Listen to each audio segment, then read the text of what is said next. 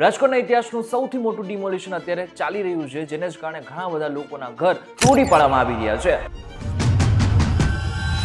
પરંતુ બધાની વચ્ચે કદાચ તમને પણ પ્રશ્ન થયો હશે ને કે આગળના સમયમાં આ જ બુલડોઝર જો મારા ઘર પાસે આવીને ઊભો રહેશે તો શું થશે? મારી પાસે શું એવું છે કે જે બતાવવા માટે છે? આજના ખાસ વિડીયોમાં આપણે એ જ જાણીશું કે જો આગળના સમયમાં કંઈ પણ થશે તો 1, 2, 3, 4 એવા દસ્તાવેજો છે કે જે તમે ડાયરેક્ટ બતાવી શકો છો, જેનાથી ડિમોલિશન તમારા ઘર ઉપર નહીં થઈ શકે. ત્યારે શું છે આ દસ્તાવેજો જાણીશું આજના ખાસ વિડીયોમાં.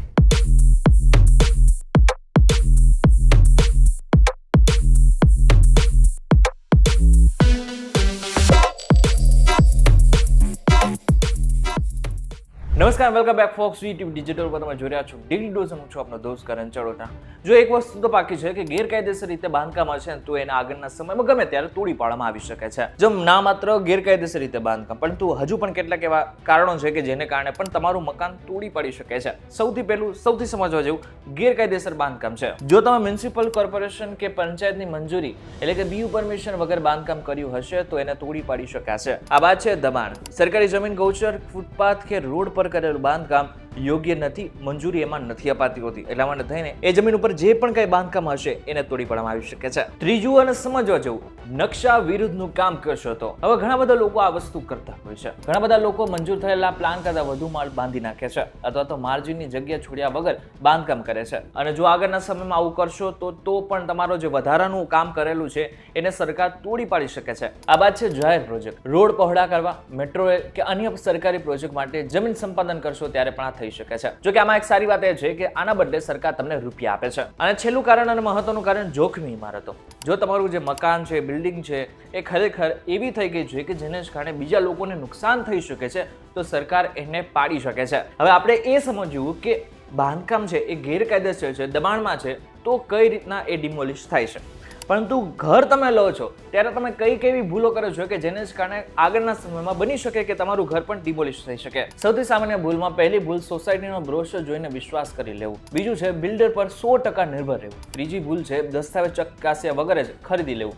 અને ચોથું અને સામાન્ય એ છે કે બધાએ બનાવ્યું છે તો આપણે પણ બનાવી લઈએ. અને આ વાત છે બીયુ અને બીજા સર્ટિફિકેટ ન ચકાસવા. જો કે આ બધું જ થાય છે, આ બાદ બની શકે કે તમે એ ઘરમાં જતા પણ રહો, રહેવા પણ લાગો, પરંતુ આગળના સમયમાં અથવા તો વર્ષો બાદ તમારું ઘર ડિમોલિશ થાય છે, કારણ કે તમે પહેલે જ બધી વસ્તુ ચેક નહોતી કરેલી. હવે માની લો કે તમારા ઘર પાસે અચાનક બુલડોઝર આવી જાય છે અને કોઈ એમ કહે છે કે તમારું ઘર તોડી પાડવામાં આવી શકે છે, ત્યારે તમારે શું કરવાનું છે એની વાત કરીએ. સૌથી પહેલું તમારે બતાવવાનું છે ટાઇટલ ડીડ એટલે કે સેલ ડીડ. આ વસ્તુ શું છે? આ છે જમીનની માલિકીનો મુખ્ય પુરાવો. બીજું છે મંજૂર થયેલો પ્લાન એટલે કે અપ્રુવડ મેપ. સ્થાનિક ઓથોરિટી દ્વારા સિક્કો મારેલો એક નકશો હશે જે તમારી પાસે હોવો ખૂબ જ જરૂરી છે. ત્રીજું છે બીયુ પરમિશન એટલે કે બિલ્ડિંગ યુઝ પરમિશન.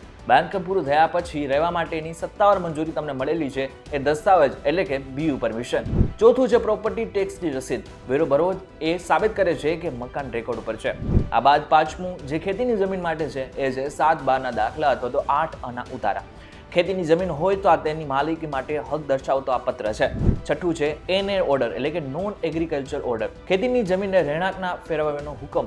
આ ખૂબ જ જરૂરી હોય છે. યાદ રાખો કે વીજળીનું બિલ અને રેશન કાર્ડ એવું બિલકુલ નથી બતાવતું કે તમે જે જગ્યા ઉપર રહી રહ્યા છો એ જમીન તમારી છે. એટલા માટે થઈને આ બધા જ જે સર્ટિફિકેટ છે એ તમારી પાસે હોવા ખૂબ જ જરૂરી છે. હવે ડિમોલિશન છે ને એ તરત નથી થતું હતું. એની પહેલા 10 થી 15 દિવસ પહેલા સરકાર તમને એક નોટિસ મોકલે છે. એ નોટિસની અંદર એવું લખેલું હોય છે કે આ ઘર તમારું છે એ સાબિત કરી બતાવો. હવે એના માટે શું છે? તમારી પાસે જેટલા પણ દસ્તાવેજ હોય છે એ તમારે સરકારને બતાવવાના હોય છે. અને જો એ દસ્તાવેજ સાચા હોય છે તો સરકાર ક્યારેય પણ તમારું ઘર ડિમોલિશ નથી કરતા હોતા. જો સ્થાનિક તંત્ર ન સાંભળે તો તમે સિવિલ કોર્ટ કે ટ્રિબ્યુનલમાં જઈને સ્ટે ઓર્ડર લાવી શકો છો.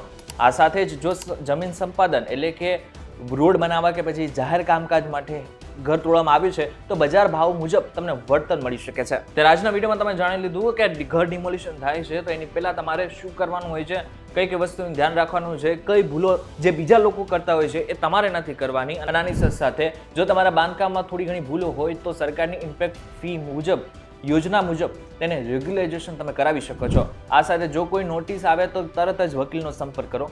સમયસર આપેલો જવાબ તમારું ઘર બચાવી શકે છે. જ્યારે પણ નવું ઘર ખરીદો ત્યારે ટાઇટલ ક્લિયરન્સ રિપોર્ટ અચૂક ચેક કરાવો. આ કેટલાક મુદ્દા છે કે જે ધ્યાનમાં રાખવા ખૂબ જ જરૂરી છે. ત્યારે વિડીયો તમને પસંદ આવે તો વિડીયોને શું કરવાનું છે, તમારા મિત્રો સાથે શેર કરી શકો છો, તમારા પરિવારના લોકો સાથે શેર કરી શકો છો, જેથી એમને પણ ખબર પડે કે આગળના સમયમાં જો આવી પરિસ્થિતિ એમની સાથે થાય તો એમને શું કરવાનું છે. વિડીયો પસંદ આવે તો વિડીયો લાઈક અને શેર જરૂરથી કરજો તથા આ જ ઇન્ફોર્મેટિવ વિડીયોઝ માટે વીટીવી ડિજિટલ સાથે જોડાયેલા રહેજો.